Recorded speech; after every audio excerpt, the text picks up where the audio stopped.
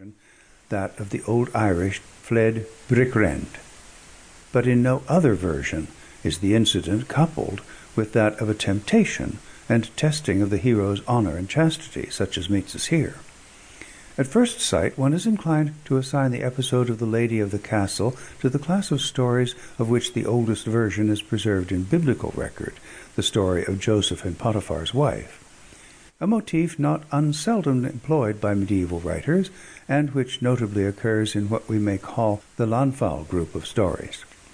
But there are certain points which may make us hesitate as to whether, in its first conception, the tale was really one of this class.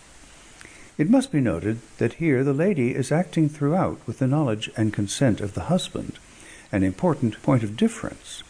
In the second place, it is very doubtful whether her entire attitude was not a ruse. From the Green Knight's words to Gawain when he finally reveals himself, "I wot we shall soon make peace with my wife, who was thy bitter enemy," her conduct hardly seems to have been prompted by real passion.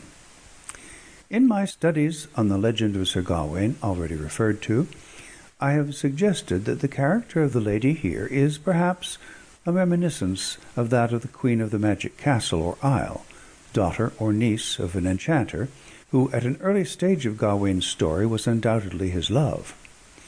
I think it not impossible that she was an integral part of the tale as first told, and her role here was determined by that which she originally played. In most versions of the story she has dropped out altogether. It is of course possible that, there being but a confused reminiscence of the original tale, her share may have been modified by the influence of the Lanfal group, but I should prefer to explain the episode on the whole as a somewhat distorted survival of an original feature. But in any case, we may be thankful for this, that the author of the most important English metrical romance dealing with Arthurian legend faithfully adheres to the original conception of Gawain's character, as drawn before the monkish lovers of edification laid their ruthless hands on the legend, and turned the model of knightly virtues and courtesy into a mere vulgar libertine. Brave, chivalrous, loyally faithful to his plighted word, scrupulously heedful of his own and others' honor, Gawain stands before us in this poem. We take up Malory or Tennyson, and in spite of their charm of style, in spite of the halo of religious mysticism in which they have striven to enwrap their characters, we lay them down with a feeling of dissatisfaction. How did the Gawain of their imagination, this empty-headed, empty-hearted worldling, cruel murderer and treacherous friend, ever come to be the typical English hero? For such Gawain certainly was, even more than Arthur himself. Then we turn back to these faded pages and read the quaintly earnest words in which the old writer reveals the hidden meaning of that mystic symbol, the pentangle, and vindicates Gawain's title to claim it as his badge.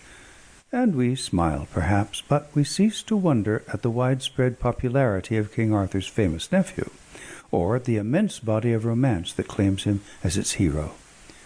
Scholars know all this, of course.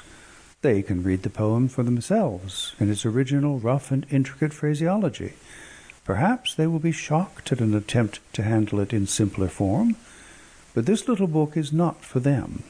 And if, to those to whom the tale would otherwise be a sealed treasure, these pages bring some new knowledge of the way in which our forefathers looked on the characters of the Arthurian legend, the tales they told of them, unconsciously betraying the while how they themselves lived and thought and spoke, if by that means they gain a keener appreciation of our national heroes, a wider knowledge of our national literature, then the spirit of the long-dead poet will doubtless not be the slowest to pardon my handling of what was his masterpiece, as it is, in M. Gaston Paris' words, the jewel of medieval literature.